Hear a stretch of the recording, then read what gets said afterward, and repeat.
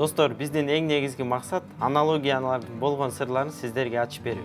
Бүгүнкү темабыз жалпы жана жеке, бүтүн жана бөлүк байланыштары. Мисалы, кийим деген сөз жалпы маанидеги сөз. Баш кийим, бут кийим, ич кийим, сырт кийим жеке маанидеги сөздөр. Ошол эле учурда баш кийим сөзү өз ара жалпы мааниге да ээ болушу мүмкүн. Анткени тумак, топук, алпак деген сөздөрдү жалпылап турат. Муну да эстен чыгарбашыңар керек. Жогоруда сүрөттө комуз жана анын бөлүктөрү көрсөтүлгөн. Тактап айтканда кулактары, башы, мойну, кылдары, капкагы, чарасы, тепкеси. Бул сөздөрдүн ортосунда бүтүн бөлүк байланышы берилген. Эгерде китеп барактай турган болсок, бул сөздөрдүн ортосунда жалпы жеке байланыш эмес, бүтүн бөлүк байланышы берилген болот. Анткени барак китептин бөлүгү. Келиңиздер, дагы түшүнүктүүрөөк болуш үчүн мисалдардын үстүндө иштейли. Суусундук бул жалпы маанидеги сөз. Ал эми чалап жеке маанидеги сөз. Демек, туура жоопто дагы биринчи сөзүбүз жалпы маанидеги мүнөзгө, ал эми экинчи сөзү жеке маанидеги мүнөзгө ээ болушу керек. Сүт жалпы маанидеги, айран жеке маанидеги деп айта албайбыз. Ошондуктан А варианты туура эмес. Тактап айтканда сүттөн айран жасалат. Кийим жалпы маанидеги болушу мүмкүн, шөкүлө жеке маанидеги сөз. Ошондуктан Б вариантын азырынча туура деп туралы. Чөмүч жалпы маанидеги, идиш жеке маанидеги деп айта албайбыз. Тескерисинче идиш жалпы маанидеги сөз, ал эми чөмүч жеке маанидеги сөз. Булардын орун алуу багыты алмашкан. Ошондуктан В варианты дагы туура эмес. Ал эми акыркы вариант. Кымыз жалпы маанидеги, чанач жеке маанидеги сөз деп айта албайбыз. Кымыз чаначка куюлат. Ошондуктан Г варианты да туура эмес. Туура жооп Б варианты, кийим шөкүлө. Экинчи мисалга өтсөк. Жылдыз чолпон, ысым уран, планета жер, космос Марс, ракета Союз. Жылдыз жалпы мааниге ээ, чолпон жеке маани. Isım жалпы, уран жеке. Планета жалпы, жер жеке. Космос жалпы, Марс жеке деп айта албайбыз. Ошондуктан В варианты туура эмес. Ракета жалпы, ал эми Союз жеке. Бизде азыркы учурда 3 туура жооп бар. Биз мурдакы сабактарда айтып өткөндөй, дагы кайра эле айта беребиз, эталондук чупка кайра кайтып барабыз. Эталондук чупта чолпон бул асман телолору, ошол эле сыяктуу жер дагы асман телолоруна кирет. Ошондуктан туура жооп Б варианты. Ал эми уран бул адамдын ысымы, Союз болсо бул ракетанын ысымы. Ошондуктан булар туура эмес. Кийинки мисал. Ботко тару, уун буудай, как өрүк, каймак сүт, шорпо бурчак. Ботко жалпы маани, тару жеке маани деп айта албайбыз. Бул сөздөрдүн ортосунда бүтүн бөлүк байланышы берилген. Тактап айтканда, ботко бул бүтүн нерсе, ал эми тару анын бир бөлүгү. Эми бул сөздөрдү катыштырып сүйлөм түзүшүбүз керек.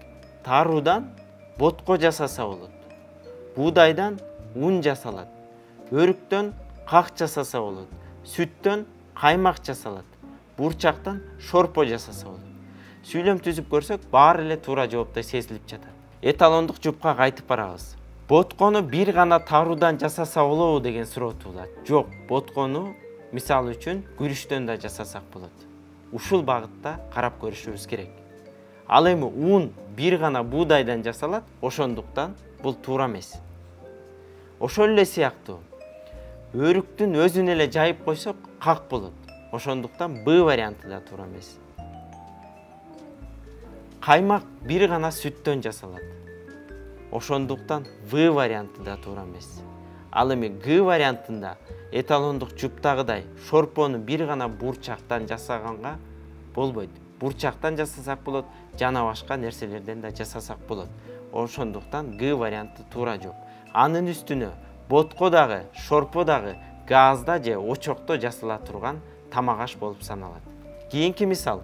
Куртка сыдырма, тон чөнтөк, ботинка боо, чапан төнөгүч, чыптама топчу. Бул жакта бүтүн нерсе куртка, ал эми сыдырма анын бир бөлүгү. Ошол эле учурда сыдырма эмне деген функцияны аткарат. Ошол жагын да эске алышыбыз керек. Тон чөнтөк, тон бүтүн нерсе, туура. Ал эми чөнтөк анын бир бөлүгү. Азырынча А вариантындагы туура деп туралы. Б вариантында ботинке бүтүн нерсе, бо анын бир бөлүгү. Азырынча Б вариантында туура деп туралы. Чапан төөнөгүч бүтүн бөлүк катышында боло албайт. Ошондуктан В варианты туура эмес. Бирок бул вариант эталондук чупка кайсы бир деңгээлде окшошуп кетет. Г варианты чыптама топчу. Туура, бул сөздөрдүн ортосунда да бүтүн бөлүк катышы берилген. Эгерде топчу чыптама десек, анда туура эмес болот болчу. Себеби орун алуу багыты алмашып калган. Эскерте кетейин, аналогиялардын туура жообун табууда сөздөрдүн орун алуу багытына да маани берүү керек. Өзүңүздөр көрүп болгондой, азыркы учурда бизде 3 вариант туура болуп жатат. Эталондук чупка кайра кайтып барабыз. Сыдырма, бо, топчу бирдей функция аткарат. Ошондуктан А варианты туура эмес. Эми дагы бир жүйө келтиришибиз керек. Куртка бул денеге кийилет. Ошол эле сыяктуу чыптама да денеге кийилет. Ал эми ботинке бутка кийилет. Ошондуктан Б варианты туура эмес. Туура жообубуз өзүңүздөр көрүп тургандай Г варианты. Акыркы мисал. Лагман кесме, камыр ун, 5 бармак эт, тамак туз, кымыз сүт. Бул вариантта лагман бүтүн нерсе болуп саналат. Ал эми кесме анын бир бөлүгү. Бул жактан бир нерсени эскерте кетишиң керек. Сүйлөмдү канчалык туура түзсөңөр, туура жоопту ошончолук оңой табасыңар. Бул мисал ошого далил болуп бере алат. Лагманды кесмесиз элестетүүгө мүмкүн эмес. Камырды унсуз элестетүүгө мүмкүн эмес.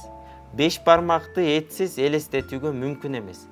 Тамакты тузсуз элестетүүгө мүмкүн. Ошондуктан В варианты туура эмес. Кымызды сүтсүз элестетүүгө мүмкүн эмес. Себеби сүттөн кымыз жасалат. Эталондук чупка кайтып барабыз. Лагман бул эмне? Тамактын аталышы. Демек, туура жоопто дагы тамактын аталышы берилиши керек. Варианттарды карайбыз. Аасы камыр бул тамак эмес. Ошондуктан туура эмес. 5 бармак бул тамактын аталышы. Азырынча туура деп туралы. Кымыз бул суусундуктун аталышы. Ошондуктан Г варианты да туура эмес. 5 бармак, лагман бул тамактын аталышы. Ал эми 5 бармакты этсиз, лагманды кесмесиз элестетүүгө мүмкүн эмес. Ушул өңүттөн алып караганда Б варианты туура жооп болуп саналат. Бүгүнкү сабак сиздерге кызыктуу болду деген ишеничтемин.